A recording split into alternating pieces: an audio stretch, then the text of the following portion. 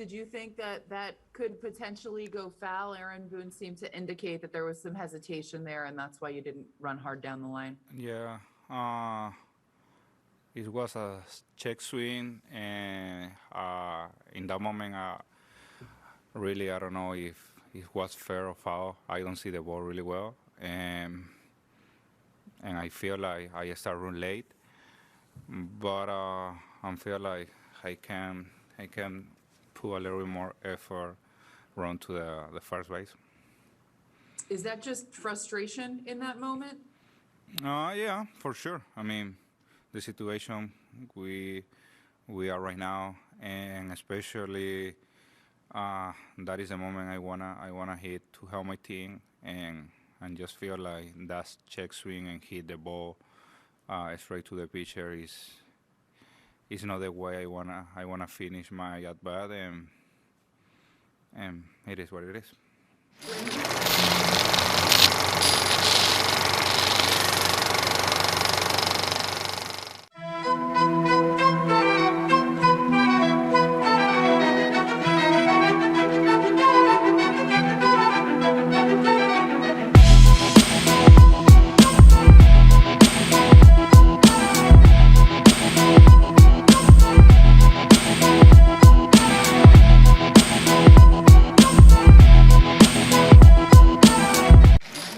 What's up, everybody? Joseph here.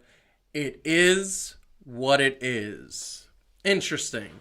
Before we go any further, hit the like button, subscribe to the channel, and comment in the chat if you are watching us live. Definitely, we love to hear the comment and the conversation back and forth. It is an amazing thing. Normally, I'd introduce the panel at this point, but I'm going to go right into the monologue, then introduce the panel, because they're waiting anxiously after hearing that sound bite and seeing the description of what happened. It is what it is. Gleyber Torres. It is what it is. I love the way he starts the interview with, yeah, I could have ran harder. I could have done more. I should have done more. But I couldn't see the ball. I didn't know where the ball went. I didn't understand it. I just hit and ran. And then, in clear Dave Chappelle, Rick James moment where he said, I just don't do stuff for doing stuff. I got a little bit more sense than that. I put my feet all over the couch. That's what I did. Gleyber Torres goes from, oh, I couldn't see the ball. I didn't know it was what type of hit it was. But it was frustration. So was it you didn't see the ball and you didn't know and you just decided to jog? In which case you should have ran harder. We'll get to that in a second. Or you were frustrated because your team is dead last in Major League Baseball. Your team has one of the highest payrolls in Major League Baseball, and none of you guys can hit. None of you guys can do anything but get strikeouts or home runs. It's either or. Nobody's getting base hits. Nobody's not getting on base. Nothing has happened. Is it frustration or you didn't see the ball? But see, you know what? We shouldn't expect Gleyber Torres to be so adamant and passionate. I mean, he's only making $4 million. That's all he's doing. He's a Yankee, a shortstop with a lineage like that. We had a player a couple years ago, Didi, that was playing hard, running, busting his butt, making all-stars, conversation for MVP. But no, we said Gleyber's the future. Let's go with Gleyber.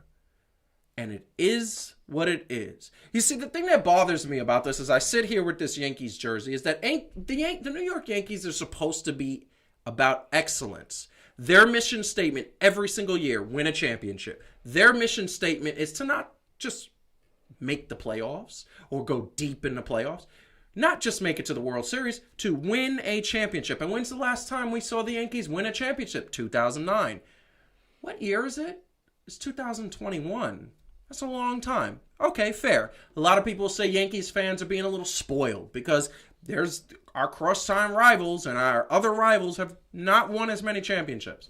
But here's the bottom line. When you put the salary that you put on these players and these teams, You expect them to win. You expect them to do the most amazing things, which is bring home that trophy. They've done it 27 times. We've had the parade 27 times. And guess what? You want it done this year. And guess what? We can't expect them to win the World Series every year. We can't expect them to make the playoffs. We can't expect them to even have a winning season. We certainly can expect them to play hard. And when you hit the ball, run 90 feet as hard as you can because you're getting paid $4 million. Not $4, not $40, not $400, not $4,000. $4 million. I was going to make a point, but I'm going to leave that part for Calvin. But at the end of the day, the New York Yankees had a problem with this before. Robinson Cano, if you remember, 8 years ago, Joe Girardi, run down the line. Didn't want to run down the line. Found out later that nobody wanted to listen to Joe Girardi anymore, and he consequently was dismissed after having multiple winning seasons. So are we looking at the players saying to themselves, well, I didn't see the ball. I didn't know if it was going to hit. Or are we starting to see a mutiny, a coach that isn't being listened to, a person that isn't shown any kind of passion for winning and any pride? And yes, I'm talking to Gleyber Torres, because here's the bottom line. I played baseball, and whenever I got a hit, I don't care what the ball did, whether it was a foul ball, whether it was a ball to the shortstop, whether it was a fly out, I ran hard. Because what happens when you run hard is that if you're running hard, the fielders have to make a good play, because if they bobble it for 1 second, you're safe. And if you're safe, you're on base, and you have the chance to be brought home, and you score runs. The Yankees don't score runs. This is a team that is built to score runs, and they're not even getting on base. So it's a home run, a strikeout, or let's not run. Let's jog.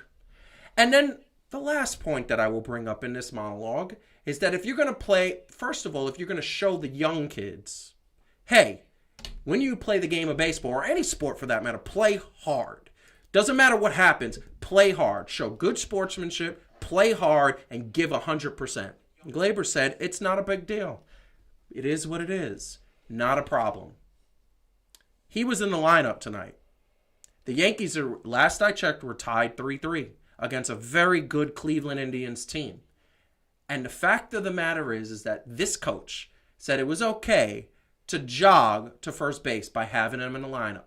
Most people said if it were them, he'd have been sitting on the bench tonight and it would have been a penalty. You did something wrong. So, now I bring in the panel. Calvin to my left, Heidi to my right. Say hello to the good people. Hello to the good people. That was cheesy. That's right. Well, I'm sure Calvin has things to say about this. Calvin, Heidi is letting you go first. What do you want to say to the people? First off, I'm 40 and fat. And for $4 million, even if I struck out, I'm running fast to first base and sliding like I'm safe. Like, there is no way and as a fan, see, here's the deal. Now he put me in a position where I gotta get him. Right now I gotta blast him because he didn't see the ball. I don't care if you didn't see the ball. You better run. Like, that's what they pay you for. He didn't see the ball. Yo, fire this dude. Send him to Houston. Send him to Houston. And what is happening on your screen? Are you? What is going on? Is that the sun coming in again? I think it is. So I think it's fairies. I knew you were going to say it. Why are you obsessed with fairies? It's so strange. Listen, the fairies they were on his face last time. They're not. It was amazing. Not fairies. Oh, what is going on? I'm gonna let you handle that, Heidi. All right. What do you think about this? Because you know what I think sometimes? I think, like, honestly, you take, like, all the people that misbehave in sports and who seem to have lost touch with the privilege that it is to play just take the money out of it for a second. Just the privilege that it is to play for a major league sports team. Any major league sports team. Especially the Yankees. How many people? Yes, of course. But, like, how many people work their whole lives to get there and how amazing it is. I sort of feel like it'd be great if all these guys, like when they misbehave, they've just brought their high school coach back. Like Yeah. the guy that wouldn't let you have water. And like if you pulled a stunt like that, you would just run laps until you heaved and died. Like, oh, and by the way, the whole team would do it with you. Yes. Because, you know, All the like, time. like it's like these guys get coddled and I feel like it would be just so much for them to just bring their coaches back from when they were young and be like, oh no. Because again, like you said, like imagine like you're on a high school team and you pulled a stunt like that, what your coach would do to you. I think it would be just really refreshing to just bring all these guys, and that's true in the NBA when you see guys who are sort of jerking around. Yeah. Like, Yeah. you know, just bring their coaches back and go like, you know what, I'm gonna just let you. I'm gonna let you, like, whoever Kyrie's coach was in high school, like, I knew she was gonna like, come with Kyrie. You just like take it, like Steve Nash can just take a night and then just like leave him alone with Kyrie, like that's it, and then this you is just the wake thing. him up. Although I mean, Kyrie's been playing great, right? But when he plays, Yeah. This is what I'm gonna say. This is to your point. Mm-hmm. You know, you get to the major leagues by busting it out, hustling, playing, doing the small things. Anybody who has been in the minor leagues, who has tried out for a minor league, I tried out for the minor leagues when I was 25. And when I went to that tryout, I remember there was 140 some odd guys there. Not to toot my own horn, I was part of the final 15. But, which is, look, that's an accomplishment. It is, of I'm course just it saying. is. It's just, And the thing is that there was not one single person that I saw that wasn't busting it out, like running hard, throwing hard, hitting, swinging the bat with all their might, hoping to get that home run in the scrimmage game. And at some point, Gleyber Torres was too, right? And at that's some how point he he got was. to where he is. So it's just, it's like people just lose touch with Yes. that, and sometimes they need a little tough love, like. Because and for some reason, like coaches in the major leagues start to shy away from being too hard on them or being too public about it, and I don't know where that comes from, but I think it's a mistake. It's a mistake. Calvin, would you have played him tonight? Because tonight he played. Nah. He was in the starting lineup. Nah, he's a bum. He's a bum. You know who Get else? that bum out of here. You know what's interesting about this though? You know who else was a bum? Gary Sanchez. You know who else is 0 for his last 8? Gary Sanchez. Do you know that DJ LeMahieu, he actually didn't run hard down the line in a previous play. I don't know what is going on with this Yankees team. I said it to a friend of ours on a voice message. This Yankees team thinks that they got it like that. They think that they've been anointed the champions already, and I think it's sad. I think it's sad because you young guys haven't done anything. I love Aaron Judge, and I feel bad for him that he has to go through this because I don't think he's the problem. I think he's the only problem Aaron Judge is having is that he's not vocal. He's not more vocal to say do better. And Stanton, I don't know what the star. Stanton's making 30 some odd million. He should be saying, "Are you kidding me? Like, are you kidding me?" Look, it bothers me to no end. New York is synonymous with hard work, with being tough, with being the backbone of an entire hemisphere, pretty much. And you guys can't even run 90 feet, and you guys think it's okay to make $4 million and do this, and then the coach lets him play. He said he talked to him. This is the problem. Hey, I understand. well, you're right. Yeah, go ahead, Calvin. I was gonna say you right now. They are anonymous with it. That's the problem. Yep. They used to be synonymous. Now they're anonymous with it. They are Run. I don't know what that is. And I just want to say really quick, and I'm going to let Heidi say that thought, and then we can move on to the next topic. First of all, we are going to get to the Knicks. The Knicks are joy. Oh, yes, we are. Yes, we are. And it's a nice contrast. With stay tuned with that one. And second of all, got Jumbo Rock saying, "Good thing I'm a Mets fan." I'm a Mets fan, but if the Mets were doing this, why? I'm both. Why, Adam? Adam Why? messes with you. Why do you just take the bait? Because Why do you let him stand poke up the for bear? myself. You are the easiest bear to poke. Stand up. I You're want to stand up because He's 100% poke satisfaction every time he pokes you. Hey, It's ridiculous. did you just call him Winnie the Pooh? A little bit. Yeah, no. I'm gonna give you some honey. You'll what be type fine. of molestation Winnie the Pooh were you watching? I never saw Winnie the Pooh get poked. A little bit. Are you kidding me? I I never saw may him be get poked. confusing him with the Pillsbury Doughboy. Yes. With the stick. Yes. What is going on? I don't know. Winnie the Anyway, Pooh- okay. Yes. Pause. Point He is, got stop pause. taking the Jesus bait, Christ. damn it. No, I take the bait. But by the way, that extra point is coming because I got to actually film that. But we got a few topics with extra points coming Adam soon. just puts the smiley face. He in the does. chat. He's like, Listen, Got I'm him. both. I'm Got him. here's the thing. I don't think any professional athlete that is making over $100,000. Forget that. Let me rephrase. I don't think any professional athlete that is getting paid, period, should show this lack No, of course not. of strength. And the thing that infuriates me is that I think it's that moment. Calvin, we grew up in Brooklyn. How many times have you seen somebody come at you and say, nah, I don't know what happened. You know, I didn't really see it. And then 5 seconds later say, nah, I saw it. It was all good. It was all good. And then say, well, it is what it is. Well, none that didn't get punched in the face. This is what I'm saying. Like, you grow up in Brooklyn and you see that all the time. Yo, I expect more from Gleyber Torres and I expect more from Aaron Boone. And by the way, where is Brian Cashman? You are the general manager of the Yankees. Why did you not fine this player for doing what he did? And let everybody know in the locker room, you guys suck right now. You guys are not going to make a playoff. Forget about a championship. They ain't making the playoffs with this team. And the pitchers, by the way, Garrett Cole and Kluber are like, first of all, they can't win games because they don't get no offensive support. But both of them have ERAs under 1. They ain't giving up runs. So the pitchers are doing their part. They're just not getting all no offensive support. And DJ LeMahieu, I can never say his name. LeMahieu. I'm here for you. And Aaron Judge are hitting the ball. The rest of them are not. 2 people can't do it. It's sad. It's very sad. I want to say, I'm going to put this on the screen because this was the top 10 that we talked about a few weeks back. The Yankees are number 4. The Yankees are the number 1 4 team in Major League Baseball. However, I'm just going to put this out there. Look at these standings. Look, can anybody find the Yankees? Oh, they're at the bottom. They're at the bottom. And I don't want to hear the argument, it's the beginning of the season. Because you know what happens is the beginning of the season, that argument takes you to not making the playoffs.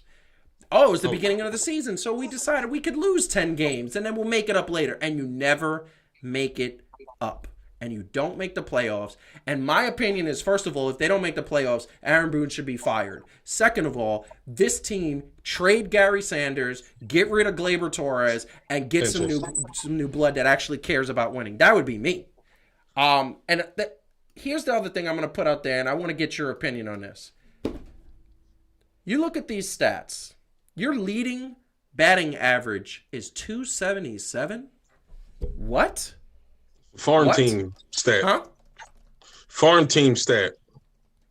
I mean, here's the thing. He's 277. That's not good. Yep. That's okay. And we've established they're trash. It's trash. It's. Do we have to put the Yankees 2021 in a trash bracket this year? Yes. I mean, if we give this Don't week's up, look. Don't play. 10 games in, I'll put you in a trash bracket. I don't care. It's true. I still want them to win, but Calvin, right now in the trash bracket. what do they need to do? Tell us what they need to do. If you were the GM, what would you do? I would replace them with the AAA team, and then watch them take their spot. Oh, and a salary swap too. Like, I'm not playing. Yeah. Like, oh, y'all don't want to play like you getting it? I'm gonna leave Aaron Judge in, right? And I'm gonna leave and I'm gonna leave the pitching in, and everybody else, y'all gonna get switched. And we losing anyway. You know what I'm saying? So it don't matter if I lose with my AAA team, but now you're gonna see what it's like to see people actually play. Yeah. yeah, who actually want it? I don't even understand it. It's like the Yankees. So this is what I'm gonna do, and I'm gonna Heidi. Do you want to say anything before we move on? I think I've thoroughly covered. They're garbage, very lazy. Agree with Calvin. Replace them all with literally anyone. I don't care. They remind me of the 19. I think it was the 1989 or 90 Philadelphia Phillies. The first year that Lenny Dykstra was there before they made the World Series, when they were partying the whole time. That was the year where there were frequent reports of hookers and blow being in the locker room. They were still better. Well, though. that's Yeah, that's it's because much it's Winnie better, Dykstra. actually. That's So what what he I'm going to does. do really quick is I've never done this before, so I'm actually going to move the microphone. I'm going to strip a little bit, but not strip the right way. Get your minds out of the gutter. And I'm just going to take and put on a more meaningful jersey. There you go. Give me some music. I'm going to take this off. And we're going to just throw this in the camera's direction, but not hit the camera because, whoop. You hit the camera. Did I hit the camera? Yes, you Well, did. we're going to put on a more meaningful jersey because it was the celebration of Jackie Robinson this week, and that is the shirt that I have on. I wish I could turn around and Jackie Robinson there. So we're going to wear this for the rest of the show. Hit the like button, subscribe to the channel, please, and just want to give a really big shout out to Execution Entertainment as a whole. 1,510 subscribers. We are still growing and growing and growing. The audience is getting bigger and bigger. We need all of you to watch our old stuff because YouTube has its policies, and the policies say that you need 4,000 viewing hours of people watching your stuff. So we are doing that. People are watching and they're giving comments. It's a really fun thing. We got a new episode of Heat and Receipts for all of our wrestling fans out there that just dropped, our post-WrestleMania reactions. We're going to be having another one next week that is going to cover all the releases that WWE did. We also have an extra point that's dropping that's going to cover me talking about champions. I love that topic. And then we have another extra point dropping, Heidi's first one, where she's talking about why people are so judgy to wrestling fans. Like, why is it that you, as a sophisticated woman, cannot watch wrestling? Like, apparently you can. I reject people that try to tell me I can't do these things. Yeah. So, yes. So exactly. It is very true. But before we get to the Knicks, because I know there's a lot of people that get to the Knicks, there was another major story that broke. And once again, want to preface this by saying none of us here are soccer experts. But you didn't have to be a soccer expert to understand what was going on. Soccer, over the week, the European League was trying to create a super league. And that, for those out there who don't know, the Super League was going to take the 12 best, and actually it started off as the 15 best, but the 12 best teams in Europe were going to form their own league. Now, mind you, teams like Real Madrid, Manchester United, those major teams that you've probably heard, even if you're not a soccer fan, they are in their own leagues. Manchester United is in the Premier League, I believe. Spain has their own. Spain has their own league. Each Yeah. country has their own league, and essentially, what was going to happen is the best teams, almost the best teams from each league. Juventus was another one that was involved in that. From Italy, yeah. In the middle, from Italy, were going to break off, and they were going to form their own league. Now, obviously, people were not happy about this. And when I say people were not happy about this, I mean that people were not happy about this. They immediately took to the streets. They were protests. They were calling all the owners greedy. And I mean, soccer fans, for those out there who don't know, soccer fans are extremely passionate. I think some of the most passionate fans in the world. But these teams were the ones that were going to join the league. And what was going to happen is immediately you were going to have a vacuum where the teams that were joining the league would not be able to compete in the leagues that they were a part of previously.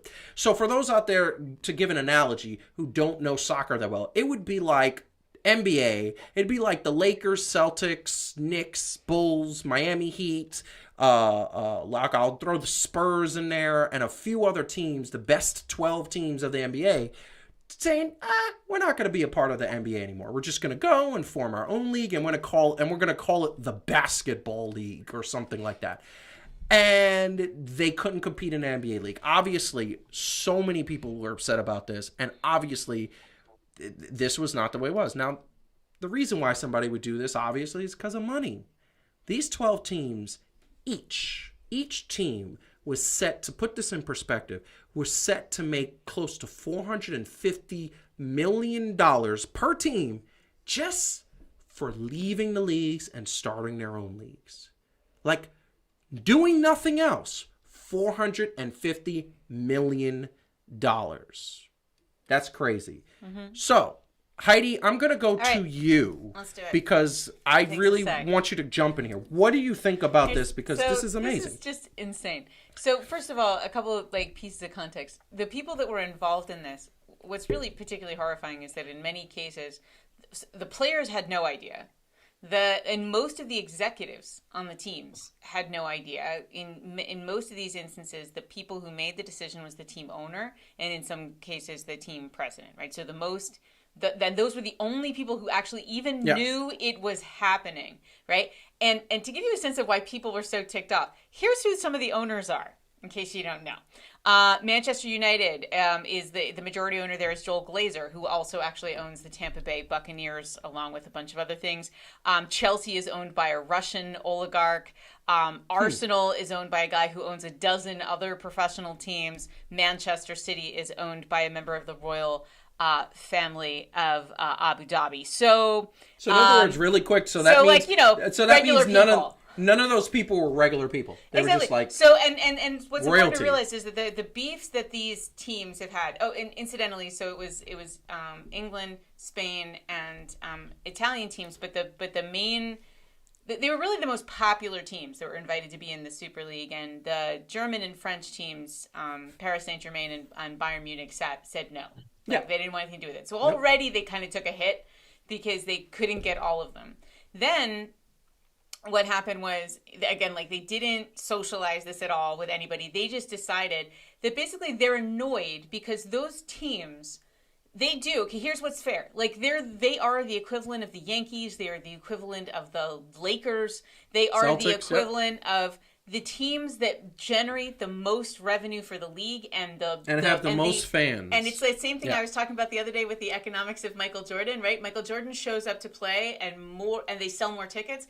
These teams, when they show up to play another team, they sell more tickets. They create more advertising revenue. So it is true. Those teams are helping to fund the leagues they play in. Yes. And that ticks these owners off because they feel like they should be getting a bigger share of the revenue because their teams are the ones that are actually contributing to it. And they have tried to rework this in the Champions League and other places over time to kind of tailor to the needs of those teams, right? Because they do recognize, like, yes, these are the teams that are generating the most revenue.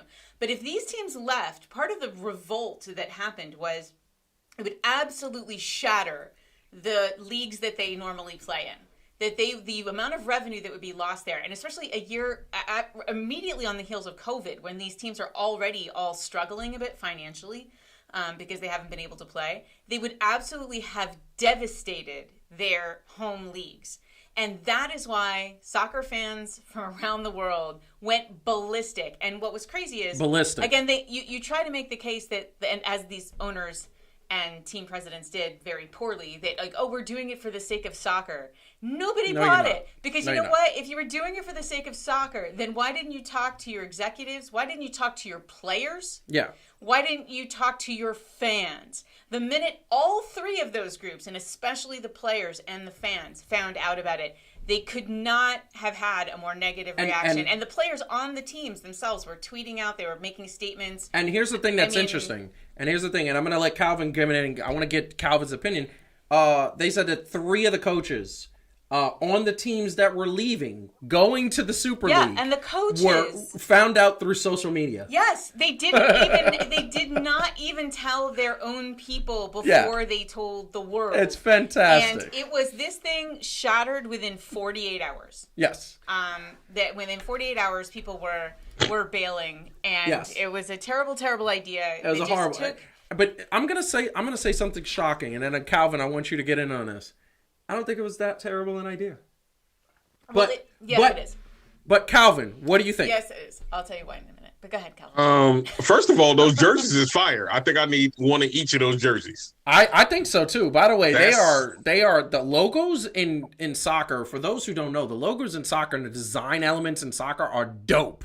Like I want a bunch of them. I will tell you, the only thing I don't like about soccer fashion is the prominence of the advertising. I like that in the NBA, it's a That's what I like thing. That's what I like about it. Yeah, you want to just have Emirates, like Emirates on your. Hey, I've flown Emirates. He wants to be a walking billboard. Hey, I've flown Emirates. I'll take that because they feed me good. Right. Okay. They But are. other It is a than good that- flight. It is a good Hey, flight. hey, the other ones, I don't care about them. Like, I'm not gonna get JetBlue put on any of my. Yeah, except you might. But anyway. No offense, JetBlue. Calvin, what do you well, think what? about this? What, like, if you soccer fan, what did you think about this? Like, if it was American sports, I'd be okay with it. Like, but like, and I'm not even trying to be funny. Being overseas, seeing soccer, football, like in person, I'm not messing with those fans. No, They'll kill you. we're showing them right now. These For it's far, like- they will kill you for far this less man than this. did not spend 5 look. minutes creating that cardboard sign, and they used clearly grandmother sheets for that. They are Yeah. very ruthless. They're very realistic. You know, the other aspect of this that Calvin, what were you gonna say? But I mean, I would kind of be interested to see how it would play out. Yeah. I mean, what's the end goal for the Super League? They're still gonna play in like the World Cup, though, right? Well, Like, the Super No, League's gone. no, It's just so, gone. So what was being said by the FIFA president is that if this happens, players that compete in the Super League will not be welcome to the World Cup. But they never even had to follow through with it because the Super League just dissolved. It just like dissolved, it was so terrible an idea. it also sounds like the opening for the Super Friends back in the day, and I don't know how I feel about that. Even It with that does logo, sound- it kind of looked like the cheesy version of Superman and Batman. Yeah. This was, and by the way, this was not the actual Super League logo. This was a concept. The actual Super League logo never got released because the idea never got off the ground. But one of the concepts were released, and I thought this was the coolest concept for the logo. So I picked that one. All right, here's the thing I want to say about why this is a terrible idea. Super I think why Friends. the fans, right, at the end of the day, Isn't that something's a true? terrible idea if the fans reject it. Like, and I mean reject it, overwhelmingly reject it, right? Not like, oh, some of us like it and some of us don't. It's like, no, overwhelmingly. And I think this is why, in my opinion, this is not polo.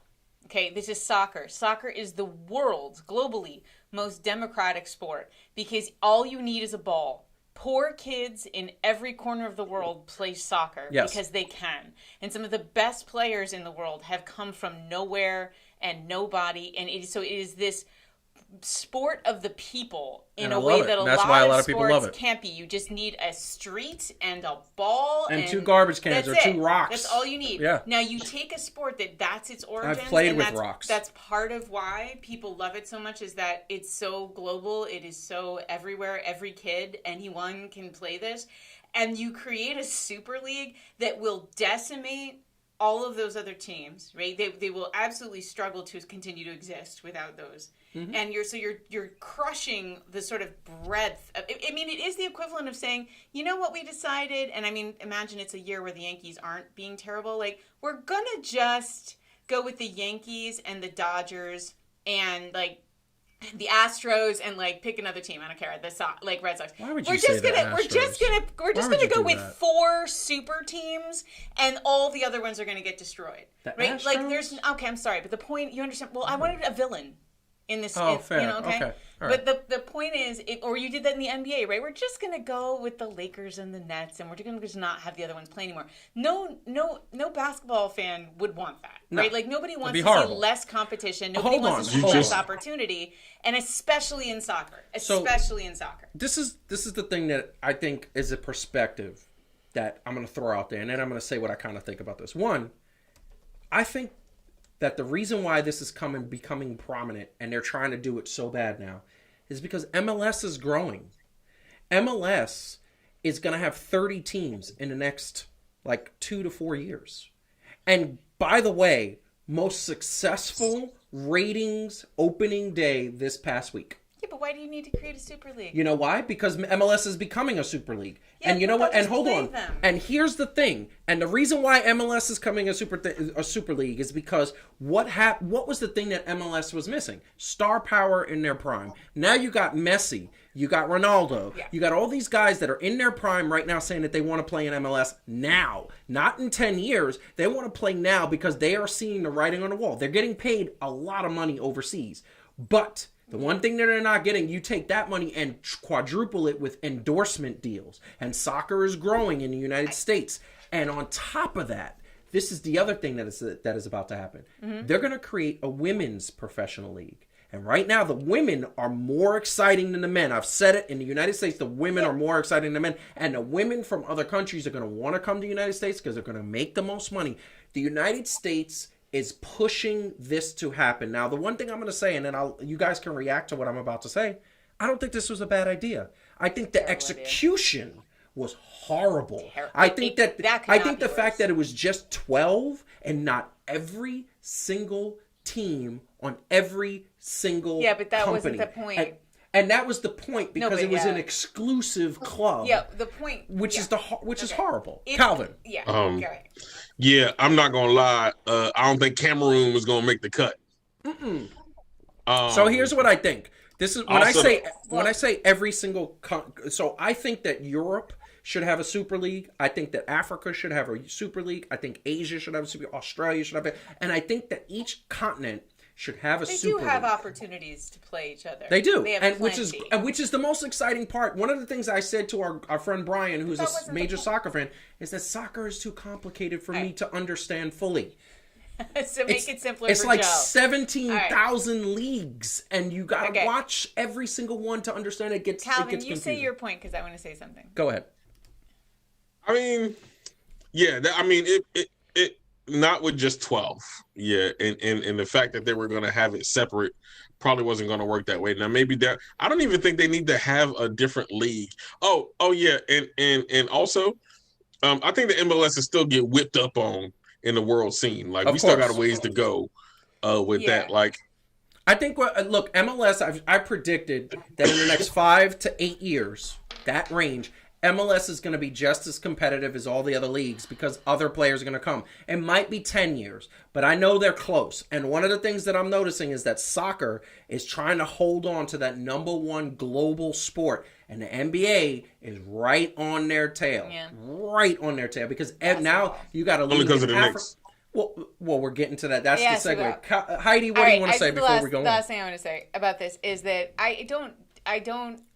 The point of the Super League was not to compete against MLS or to set itself up to compete against MLS. The point of the Super League was to stop having to share profits with the less famous and profitable teams. That was the only reason that these fools got together to try to create the Super League, was that they went, we're tired of profit sharing with these teams that aren't the celebrity teams the way ours is. And there is profit sharing in every league for a reason. It creates excitement, it creates opportunity, it creates things fans want. So that is the reason for the Super League, and that is why it was a bad idea. In addition to, you're right, the execution was god awful. It was horrible. This was a money grab, pure and simple. Here's the thing. It wasn't the only reason. It was probably the main reason. No, it wasn't the only reason. Because here's what I say. Here's what I'm talking about. Yes, the main reason was they didn't want to profit share. You're 100% right. Yeah.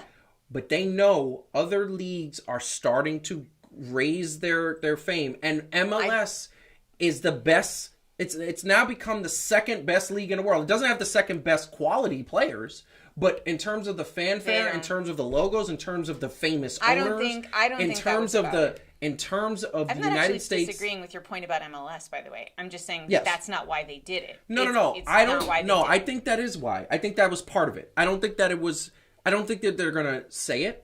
I don't think they're going to admit it, but they recognize that there's other leagues, including MLS, that are coming up on leagues like the Premier League, leagues like like all these leagues that each country has, and they recognize that if they don't do something, the MLS is it's 30 teams that represent different parts of our country. It's almost like its own continent league. And on top of that, now Canada is saying that they want their own. Canada has Toronto. I just don't think that's what motivated it. I don't think that's hold on. So hear what I'm saying. I don't think that it was the main motivation. Mm-hmm. I think that somebody said, hey, if we don't do something quick, one of these other leagues is going to take us out. And that's what I think. They said, well, we need to get more money and we need to do this. That's what I think. It's all about money. It's all about money. Yeah. It is all about money. So, moving on, once again, hit the like button. Subscribe to the channel if you have not, and share with a friend for anybody who likes sports. We tend to be general topics on here, and it's an amazing thing. But I will say the next topic, Calvin, what's the next topic? Let's go Knicks. Woo! You All right. know. So first of all, I want to clarify something. The reason why I'm showing this picture is very relevant. The reason why I picked this picture is very relevant because the New York Knickerbockers have won 8 in a row, sitting at 4 in the playoff standings. They are doing their thing. They are having amazing times, and this is the thing that I'm going to say, and I'm going to say this very clearly. Okay, they're doing it with these young players quickly. Toppin, even Knox is having a sort of impact on games, had 12 the other day. And Bullock's defense has been just as good as other players. And what's amazing about this, and this is the thing that I love, is that they are doing it against good teams. Last night, they played the Hawks. The Hawks are a playoff team. And had it not been for injuries, this game would have been a lot closer than it was. But this is a good Hawks team. The other day, they beat the Pelicans, who aren't that good in the standings-wise, but they certainly are exciting. And they got players, and they got ballers, and they got Zion. They are beating good teams. And let us not forget, and I'm going to say this, and then I'm going to put it over to Calvin and say and just let him feel what he wants to feel. Let us not forget that this New York Knickerbockers team was playing hard, tough teams. The Philadelphia 76ers, they took to overtime. Lost, but it was very close. The Nets lost, very close. The Lakers lost, very close. The Clippers lost, very close. They're not an easy out, and they're doing it the right way, which we'll get to that in a second. But Calvin, what kind of joy do you get for your New York Knickerbockers? You see this right here? You see this? Here's the deal, okay? We acknowledge, we always had love for the Knicks. We always had high expectations. Okay, maybe we just had expectations. Well, we still was going to root for them, right? Regardless. But they've exceeded even our own personal expectations. Like right now, if the playoffs started right now, but if the playoffs started right now, do you understand they go from the team that everybody was clowning, that KD was trying to talk some noise on, because he always trying to talk noise, because that's what he do. Anyway, that we would go to hosting a first round series, hosting a first round series. Nina hates basketball. That's sad. By the way, that is just very just sad. want to let y'all know that Nina hates basketball. I don't even understand why. What? So not only this, right? So and here's the told you. And here's the deal, right? So and this is the amazing things. It's kind of like Knicks basketball, right? Like you got Julius Randle, he's our MVP for sure, right? But when you look, people could be like, in the whole of things, he ain't no LeBron, or whatever. Okay. But you take the sum of everything, and they like Voltron, B. Like, you might be able to beat one of the Lions when it's separate, but when you put them all together, you can't mess with them. Nerlens Noel probably has blocked more dunks this year than anybody else in the league. Dunks. Like, he's stopping cats at the rim, literally. Literally. R.J. Barrett is shutting fools down. He 2-0 against Zion this year. KD and who's the bigger news in basketball? Is it the big three or is it the Knicks overall? Now the more tragic story is the Brooklyn Nets. That is the tragic. More exciting story is the New York Knicks. Nowhere to go but up, baby. Nowhere to go but up. 8 in a row. Let's go. All right. Nobody has anything like 8 in a row right now. Heidi, you want to respond to that? I want to just say, she said everyone is tall. So exciting. They're the opposite. I feel like it's like the talking about the Knicks is like the opposite of talking about the Yankees right now. It's like like the team that nobody thought was really going to do that much, and they are working so hard. I was reading, actually, I didn't know this. So they practice. The guys all shoot almost every night. R.J. Barrett, Quickly, and oh my God, help me, Julius Randle. Yeah. And a lot of the other guys, they go and practice, and they go to Tarrytown. They have a Yeah, because they got the Westchester practice we're facility. getting married there. It just feels like a really good omen. Yeah, that's true. That you is know, true. well, not in the Knicks practice facility, but you know, now Although- That would be dope. we could. That would be dope. That would be dope. I'm just saying. But honestly, like they're going every night. Like they go and practice when they're on the road. They're practicing. Their 3-point game is sick now because they're just putting in like Kobe like levels. Putting in that work. And it's paying off. And they are like so tough and so like tenacious, which is just all the opposite of what we were all just saying about the Yankees. And it's exciting. First of all, who doesn't like an underdog? Secondly, who doesn't like to see the Knicks play like this, right? Like this is great. But it's like hard work pays off, the man. thing. It's so great. That's Go the ahead, thing, Kyle. though. That's the beautiful thing. We're not even an underdog anymore. No, Like, you not know what at I'm saying? all. Like when they talking about the Knicks, legitimately they're saying like, yo, they're expected to win. And for all of this, the analysts, right? Oh, I don't care if you got. Oh, now, granted, look, yo, I hope James Harden gets better, Yeah, right? of course. But the Knicks, now somebody said this. I'm not going to take credit for it, but it is kind of true. The Knicks now kind of remind you of the Nets before the Big Three, Uh-huh. right? Like with the core, they was banging, they was doing this, they was on the roll.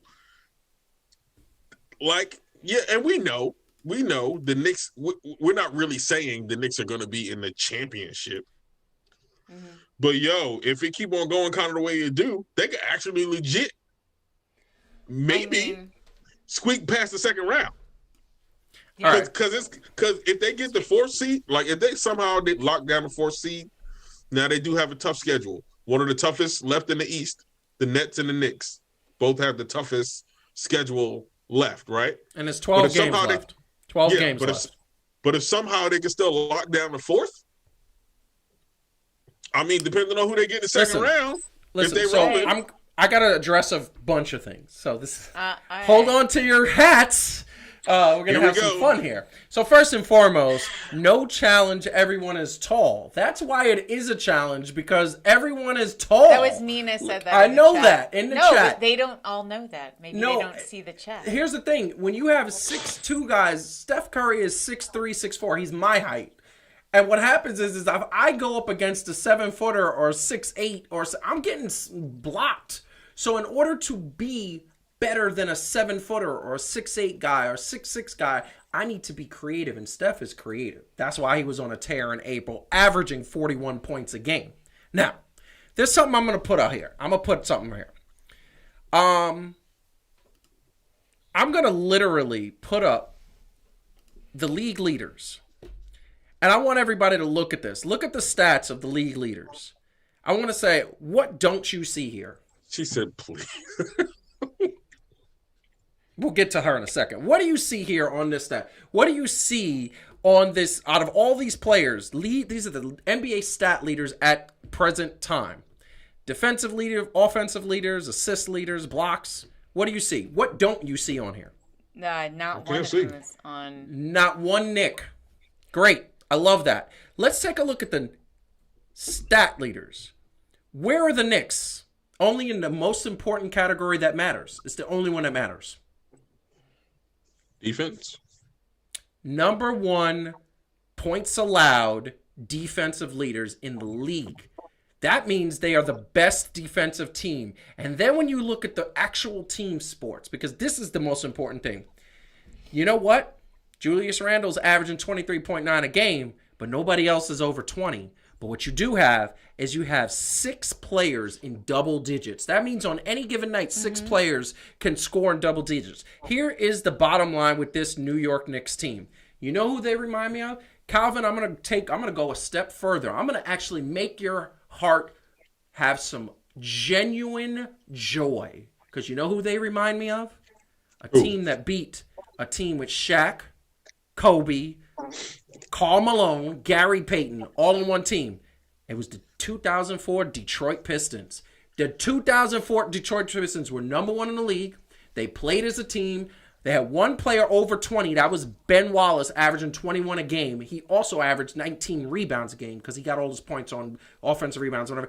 And Rip Hamilton was 19, and everybody else was 11, 12, 13.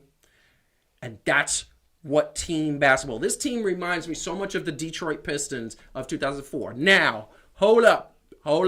Let's be honest. Let's stop the madness. You said something that I'm going to address right now that I'm going to call you to the red carpet. They're not underdogs anymore.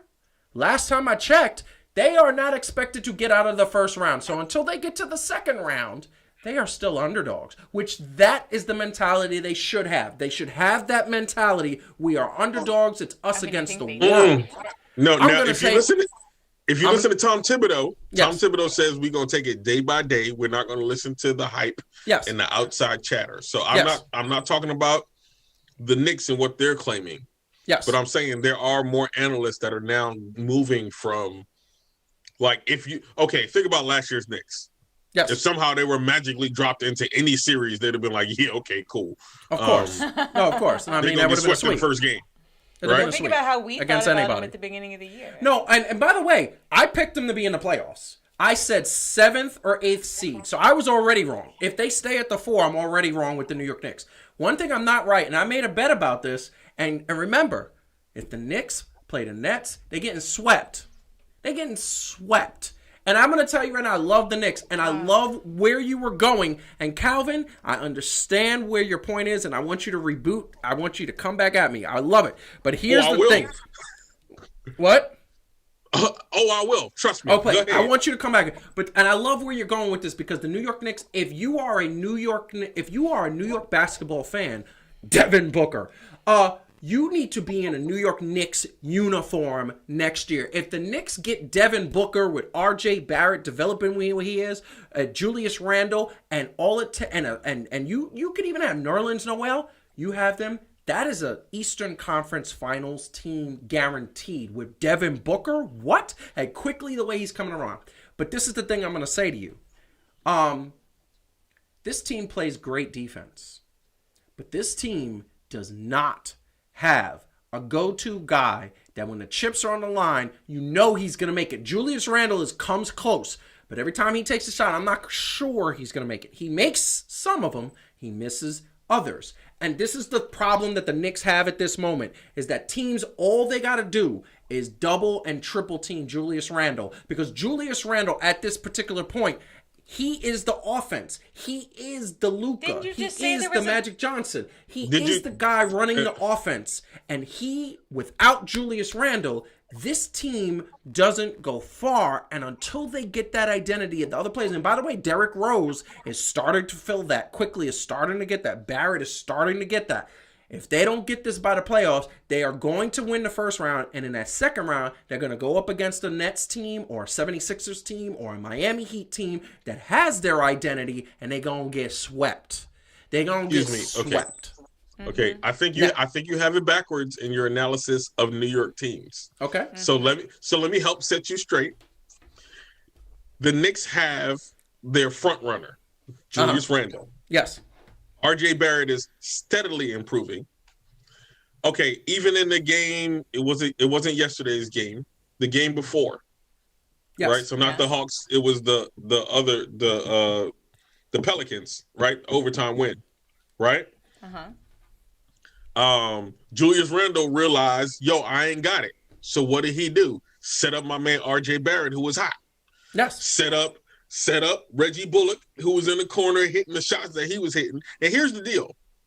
For this whole no identity, don't know what they're doing, and all they got to do is triple and double team Julius Randle. Did you tell that to the last 7 teams that played them? Because no, I mean, ain't nobody seemed to – I'm just saying, ain't nobody seemed to figure that out yet. Listen, I'm going to tell you right now. This is true. Everything you're saying is true.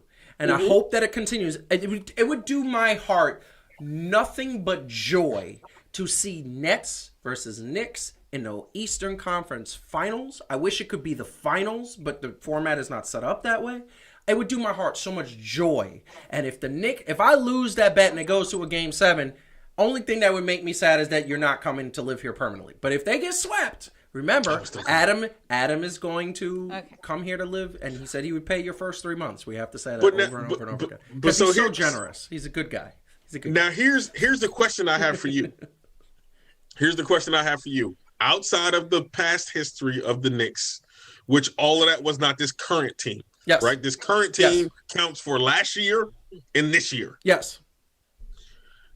With the proven game that they have this year, like proven, like okay, they got kind of ripped for the trade deadline because they didn't get nobody. But the truth is, they're proving they didn't need to get anybody else, right? They still had to work on what they was already building. Yes. And not ripping that apart. Okay. When we got Derrick Rose, everybody was like, "Oh, he passed his prime. What he gonna do?" Exactly what he doing. I knew he Tom could do Thibodeau something. getting the best out of him. Yes. Emmanuel Quigley is getting better. Obi Toppin getting better and more consistent. RJ Barrett getting better, especially on defense, driving the offense. So they're more proving themselves. I'm still confused as to how you and select others can still say that with a big three, that if they're all healthy and playing together, and y'all act like that's a little if. These dudes have still played 7 games together. Yes. KD got better and then got re-hurt. Yes. James Harden got hurt on his day off. Yes. Yes. And I'm gonna tell you why. Now this ain't wait. Now this ain't personal because I don't want any of these cats to like be hurt in life and all this other stuff, right? No, of course not. But what I'm saying for this we're year, talking about and sports. Kyrie, that man is a walking bucket when he could do something. Play. When he can play, he's a walking bucket. So what I'm saying is there's 12 games left. They're saying James Harden probably not going to be ready till the playoffs start. Uh-huh. KD still a little iffy. And you got to think about this. When they come back, let's be real. KD, because KD already proved it. He was a little smooth, but it wasn't as automatic as people thought, or he wouldn't be re-hurt. Uh-huh. I got you. I got everything James you're Harden, saying. So yeah. I want your- to. your- is your how y'all question- got so much faith? Is your question, how am I counting the Knicks out? Is that your question? Why do you have so much faith still that the Knicks Nets? is just automatically going to walk on the court and blow everybody away Dying to when they say don't have something. what? I'm what gonna let was it that you Heidi. say? I'm gonna let Dying Heidi to say something jump right in now, here. because Please, I think that, please. Here's the thing. Here's the lack of consistency on your part. So you just highlighted for us that part of why the Knicks are so good is their defense, right? Yes. Does anybody remember when we were having, I think 1 or 2 episodes ago, a conversation that you started about whether or not champions, elite players, lead to championships, right? Yes, that is true. Superstars lead to championships. That was last week. And I was last week, right? Yeah. And I shared with you some statistics, right, about player efficiency ratings and how predictive they were, and they were very predictive of championships. What did was do the that. one statistic that was actually a better predictor of championships than player efficiency ratings, than superstars? Does anyone remember? Oh, that's right, Calvin. It's defense. Does anyone want to talk about where the Nets are Yes. in the defensive ratings for teams? In the basement. Still? They're in the basement. So, not that it's impossible, but again, the idea, and especially in playoffs, the idea that a team that is as defensively strong as the Knicks would be swept by a team that is as defensively relatively poor as the Nets feels like a little overconfidence on your part, Hey, maybe. A little bit. They got the same Little amount bit. of defense. Little Hey, bit. the only defense they can stop is my man from the Yankees getting to first base, and he doing that by himself. So Yeah. I and mean, he might be anybody able to can eke stop by him. him. Like he might be able to eke by him. I'm not gonna lie. Yeah. He might get on first base at least 3 out of 10 times. You might get by him. So I'm gonna say this. All right, we're busting your chops. Okay, no. I'm saying you're cocky here. You're So cocky. no, because here's the thing that you guys are forgetting. This is the thing that both of you are forgetting, and maybe not forgetting. Maybe you are, but maybe you just don't have the kind of. So we're talking a regular season right now.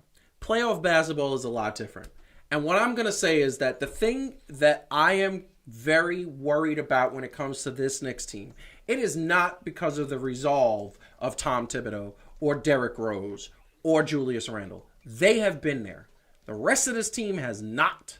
These players have zero playoff experience between the lot of them. And I worry about when you get to the playoffs, if this young team is going to go up against a team like the Philadelphia 76ers, who are not going to be shying away from the Knicks. They already beat the Knicks twice. And yes, it was close games, but they see it as, well, we beat you already, so we don't have to be scared of you. And Miami ain't scared of anybody. Milwaukee, I don't know. I feel like they're just there. I don't even understand. And then the Nets come. And I think what is happening with this Nets team, we're talking about if they're all healthy. If all of these guys are healthy and everybody's ready to go, which is a big if, and I get that.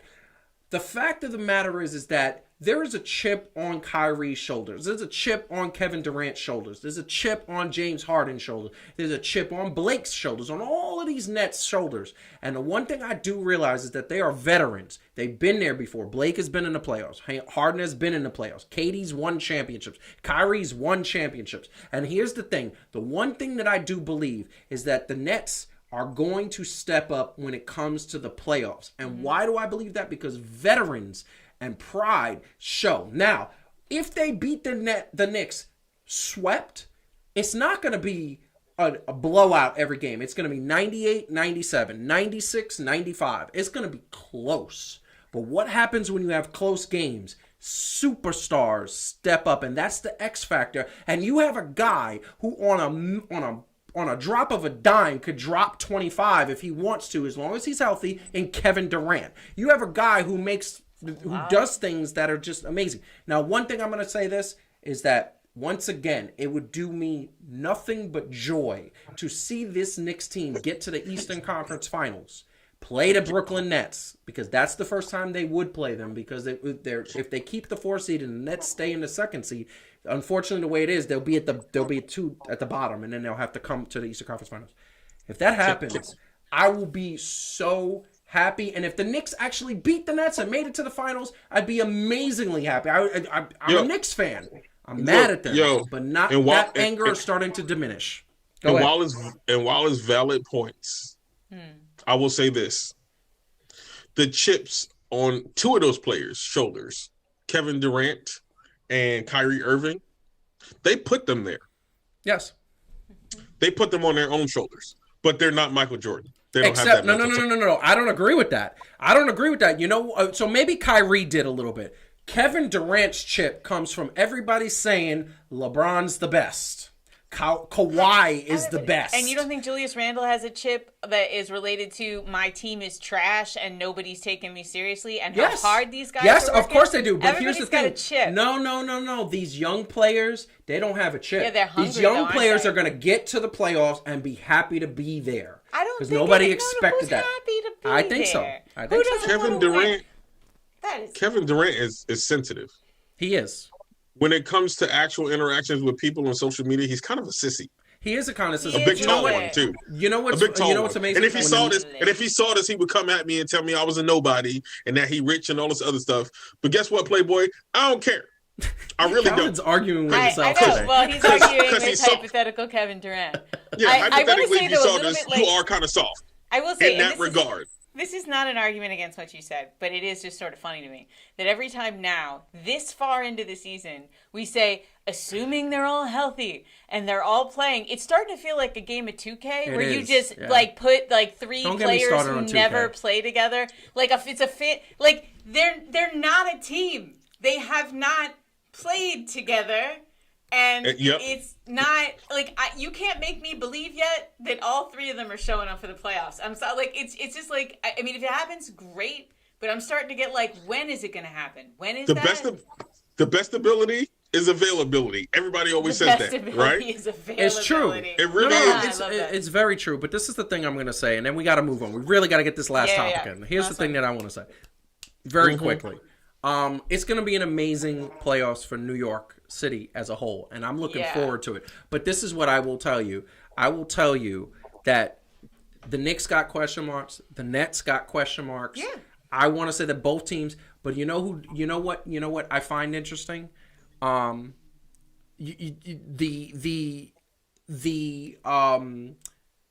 76ers have question marks. The Milwaukee Bucks have question marks. Exciting? Everybody has question marks. But this is the thing that it kind of throws a thing. When I talk about the who has the best chance, I look at Miami and the Nets, and I say the Miami is the defending champions, Eastern Conference champions. They are not to be taken lightly. They're hot now. And don't sleep on Boston. I hate Boston, but don't sleep on Boston because now Kemba is healthy. And all I said is they needed Kemba to be healthy. And now he's healthy, and now they're right behind the Knicks. Started. If you go back to the beginning of when the NBA season started, you called them some bums. They are bums. They are, but now they're hot and they're proving me wrong. They're not that hot. They just lost. I mean, and then Miami's won 3, so like it's not anything like the Knicks. No, it's not. What the Knicks are doing, and I'm going to put this in perspective. What the Knicks is doing is amazing. I want them to never lose for the rest of the season and then move up into the first seed. And guess what? That's for sure digging into the Eastern Conference Finals. I would love that. It's exciting. But no, it's who would be the 8th seed though? Whoa. I love that because that's a segue into the final topic of the night. We're talking NBA playoffs, play-in scenario. And the reason why is that this is exciting. And I think that I know a lot of the NBA players are not excited about this, but we got some star power in these playoffs. And for those who don't know, this is the way the seeds work. So the 1 through 6 are in the playoffs. Everybody 1 through 6 is in the playoffs. Automatically. But the 7, 8, 9th, and 10th seeds have to play. So basically the 7th seed plays the 10th seed, the 8th seed plays the 9th seed. Now this is where it gets complicated. If the 7th seed wins, they're in the playoffs. Done. They don't have to play another game until the first round of the playoffs. If the 7th seed loses, and then the 7th seed has to play, and the 8th seed has to play the 10th seed. It's a little confusing. But if the 7th seed wins, the 8th seed, which is the loser, has to play the winner of the 9th and 10th seed. And the 9th and 10th seed have to play 2 games. And it's amazing to me that what do we have here? The stars that we have in the play-in scenario, you got Steph, who's on fire right now with the Golden State Warriors in the West. And you look at that in the Warriors Luka. are not used to being this. Draymond Green is not used to being and this kind of said he doesn't really want it, but he shares the sentiment that Luka Doncic has, which is that he doesn't want the Mavericks in the play-in scenario. Everybody has been saying if you don't want to be in the play-in scenario, you should win basketball games, and that would happen. And it's kind of crazy. And then you factor in teams like the Memphis Grizzlies, Ja Morant, playing well, playing good. But then we go to the East, and the defending Eastern Conference champions with their new acquisition, Victor Oladipo, playing in that play-in scenario. Obviously, they have Jimmy Butler. Are they going to be in a play-in scenario? I don't think so. I think it's going to be Boston. But they are playing, they sucked in the beginning of the season, which wasn't good. And the first time I get to show his face on in the thing is Pascal Siakam. And Fred VanVleet. The Toronto Raptors are getting hot, and I know they're not. They're actually at the 11th spot. They're not even in the playoffs, but they are hot right now, and they aren't as hot as the Knicks, but they are hot right now. But this is the dark horse right there. Almost as hot as the Knicks. Almost as hot as the Knicks. Bradley Beal with that Washington Wizards and his running mate Russell Westbrook. Westbrook is back. He's putting up triple doubles. He's doing what he got to do. So the question I have for you guys, you had to pick because this is exciting. This is something different. And this is why the NBA is going to catch soccer one day for a global competition. It's because they do different things differently. Baseball needs to take a lesson from them. They need to do something differently. But this is the bottom line. This play-in scenario is not easy. And if you get in the play-in scenario, you know what you have waiting for you? If you get in at the 7th seed, you have the 2nd seed, which is obviously one of the best teams, right? And then if you win the 8th seed, you have the 1st seed. You have the number 1 seed, the best team in your conference that you have to play. So you have to play 2 extra games more than anybody else, and you still probably going to get swept in that first round because you're not good enough. If Washington gets in at the 8th seed, they are not good enough to beat the Philadelphia 76ers in any way, shape, or form.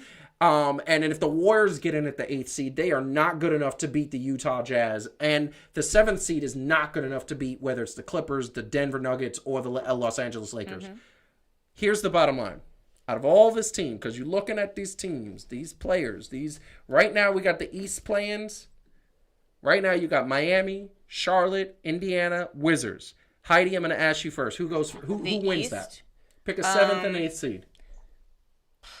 So what I want to say is, I sort of want to cheat. You're cheating? Well, I think the Heat are going to move past the Celtics. So I think the actual choices will be the Celtics, Hornets, Pacers, and Wizards. And I actually think it could be the Wizards. Because because they're hot right now. They've won their last 6 games. I think they're it is the sort of what have you done for me lately, but lately is what matters because lately is what is going to go into a playoff scenario. And the fact that, again, I think the Heat for the same reason is probably going to move past the Celtics. I think that they're doing well. So I think I'm just trying to do a little dark horse thing here. I think I want to say Wizards. And you know why that would be interesting? Because one, it would set up. First of all, Washington I think is a more exciting team, and I think Washington would not be scared of the 76ers. But the interesting thing is that would set up Brooklyn Nets, Kyrie going back to Boston Garden and taking them out. That's what that would set up. That would be interesting. Calvin, on this team, on this league, what would you say it is? Well, if we're going with Heidi's scenario, then yeah, I would say that Boston and Washington, I would choose to come out of there. B&B back at it again, huh? Yeah, and that's right. Well, I'm not so sure. And I'm not saying this to hate.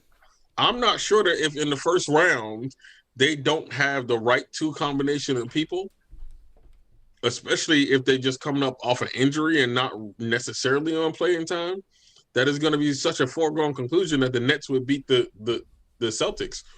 They definitely, if we're talking about durability and people getting re-hurt and re-injured, they definitely don't want to play Washington. No.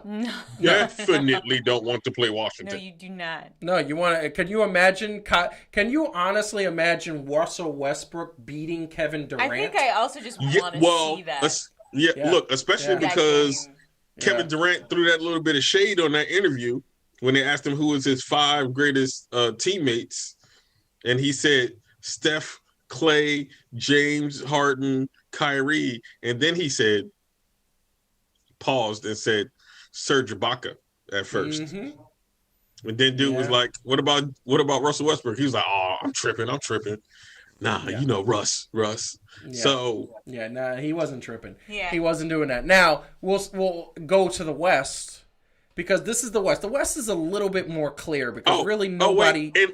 And let's clarify something, sir. Yes. You saying that Toronto is almost as hot as New York is saying that Glaber almost made it to first base. Well, he did make it to first base, and I didn't say No, he that. did not. She said Very it. slowly. I didn't say that. She said No, you said Toronto. You said Toronto. Toronto. I said Toronto is not as hot as the Knicks. I know you said it's hot, but you said not as they not even close. Look, she said Glaber, Glaber had a better chance. I said that the Wizards were on a tear that was almost as the as Wizards, strong. yeah. The Wizards, I said that Toronto is getting hot, not as hot as the Knicks. No. Yeah, no, they're not even the same league. Okay, no, they're not. Glaber had to see the ball. Toronto ain't in the same league as the Knicks. Don't be disrespectful. No, I agree. I agree. No, I'm not going to say that at all. Here's the thing. Okay, my bad. No. I just wanted to really get on Glaber again. My bad. I mean, we're so upset about that. Who do you think's coming out of the West? So who's coming out of the West, Calvin? I'm gonna let you go first. I'm gonna need you to throw it up there again. Who's the? Okay, we got Dallas, Memphis. Ooh, that's tough. Yeah. It is. Because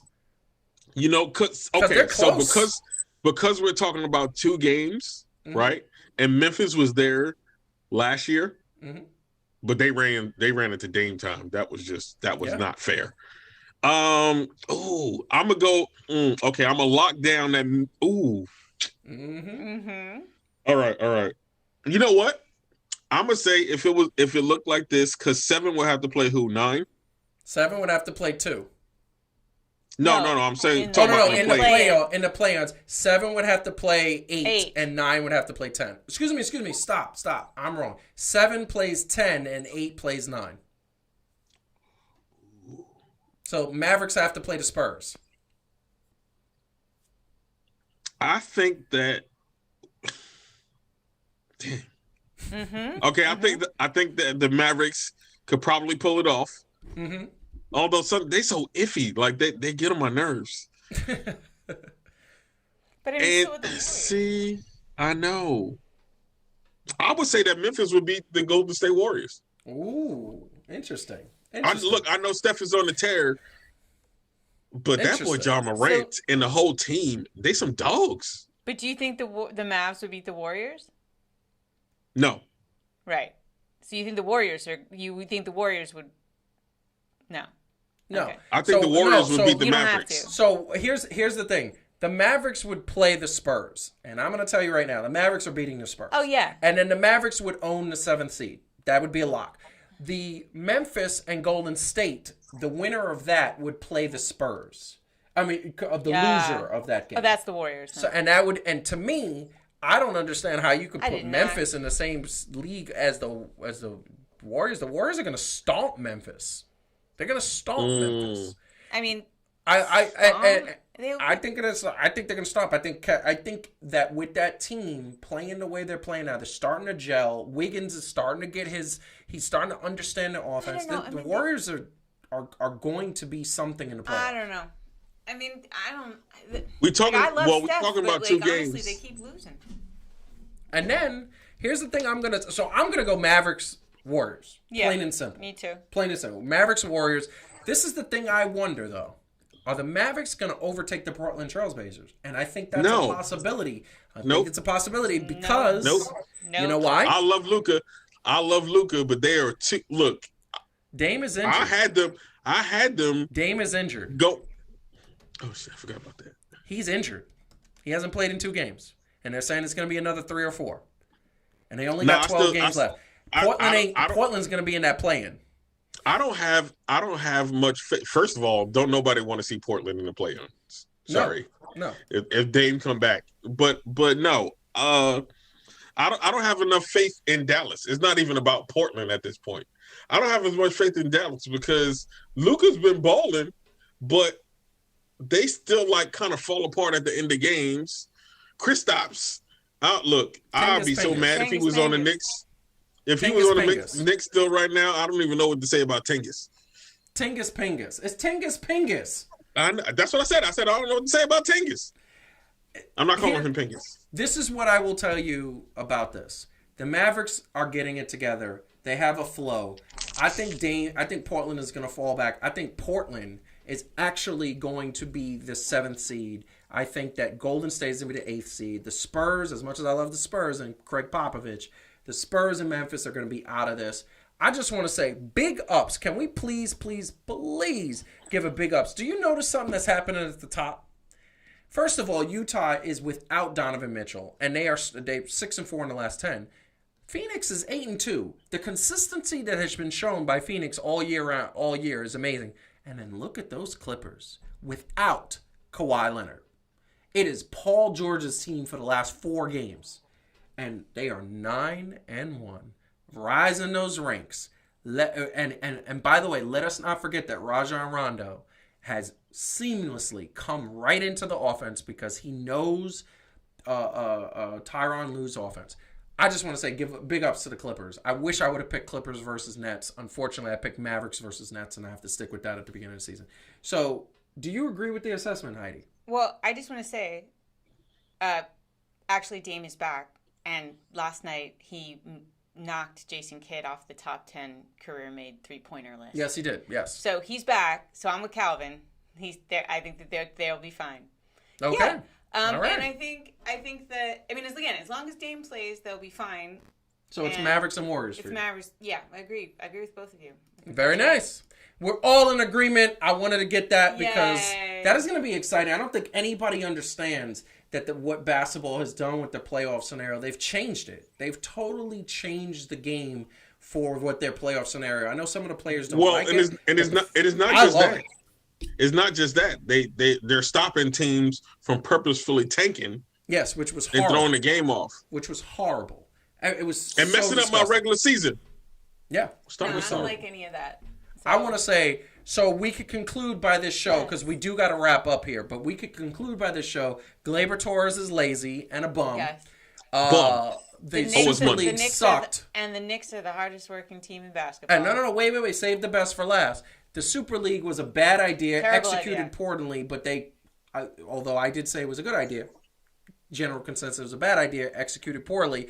And then the play-in scenario is going to be interesting. Mavericks, Warriors, and I believe we all agreed in the East to saying that it was going to be the Boston and Washington Wizards. Did you agree with that, Calvin? Yeah. Yeah. Yep. So I agree with that too. I'm although I do excited about believe, that. yeah, I agree with that too. Although I do believe Toronto might make it interesting, but I don't think that. Well, they they're do gonna win. have Pascal Siakam. Yes, The greatest, Stop it. the greatest NBA Finals player ever. Yeah, I No, mean, if they could no, just I don't- get him into the final, All he needs to do is Everything sniff the is assured. playoffs, and then everything else victory is. is assured. He is by himself going to sweep. Y'all are horrible. the- Anyway, all y'all are rounds. horrible. Y'all All are horrible. rounds. He is going And you're mean people. And I just want to say, for the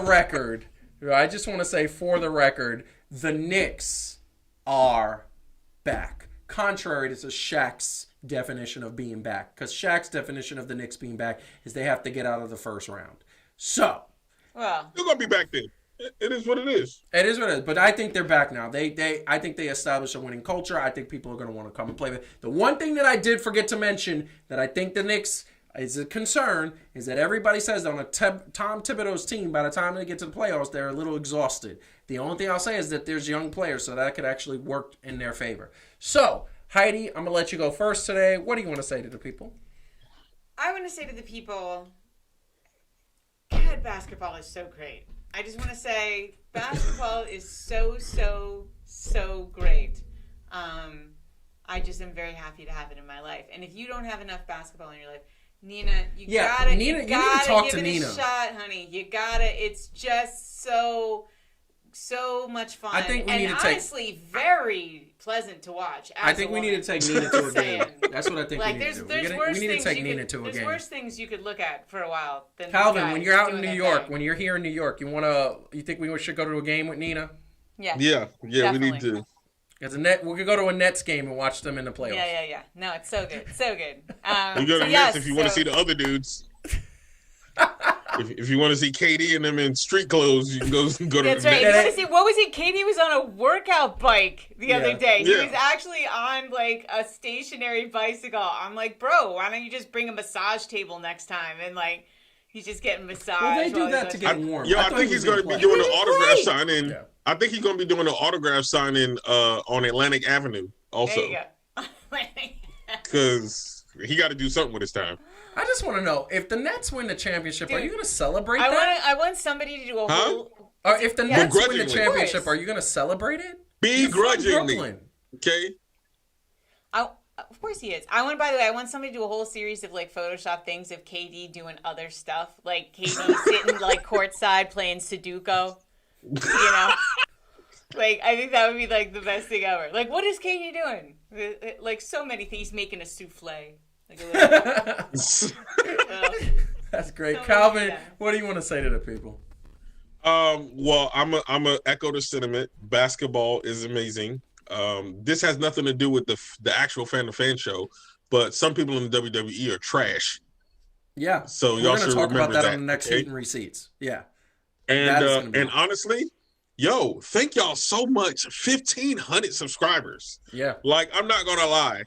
I have faith in what we do. I love what we do and what we're able to do. But the fact that y'all support not only this, but 3 Things to Do, Heat and Receipts, so many more other interesting shows that we have in the works, things that we're kind of brainstorming now that don't have legs under it yet, but trust me, is going to be hot. Yes. And it starts with each and every one of you. So thank you to all 1,510 people, Yeah. for sharing and liking it and just sticking with us for so long. We promise that when we blow up, and we get super Actually, big that we're not going to forget 1,520. you. See, in 20, we got 10 more since we started. Yes. We ain't going to get too big, except Heidi. She might have security because But other than that, me and Joseph are still going to be accessible. We're actually going to be with KD at the Rite Aid on Atlantic, signing autographs. You're so horrible. And playing Sudoku. So don't forget the souffle. I love souffle. It's so delicious. Oh, he can make a souffle too? That's what's up. That is what's up. It's beautiful. I want to second that sentiment because we are growing, and like I said, there's so many things that come. We want everybody watching to go back and take a look at all the fan to fan, all the heat and receipts, all the 3 things to do. We are going to have more things coming. There's going to be a 3rd season of 3 things to do, and a special event that's wrapped around 3 things to do that we're figuring out. There's also a new show that is coming to mobile access and computers and televisions to you called Weed and Wealth, hosted by AC. We will give you more information about that. And then a really cool concepted scripted show, which is going to be our first one that is going to be amazing. So hit the like button, subscribe to the channel, follow us at Fan2Fan Show on Instagram, Facebook, and Twitter. We love you all. Be safe. We'll see you next week when we are going to be giving our picks for MVP, Defensive Player of the Year, Coach of the Year, all of those players in the NBA. And we're going to talk more. Hopefully the Yankees get their stuff together and see where we're at then. We'll give you an update on that and so much more that it's going to come down the pipeline. We love you all. Have a good weekend. Have a good week. 2 weeks, baby. 2 weeks. In 2 weeks, baby. You don't even understand what that means. If you know what that means you're going to be there. But in the meantime, 2 weeks, at this time in 2 weeks, amazing things will be happening. Peace out. Have a good time. Have a good night. Love you all.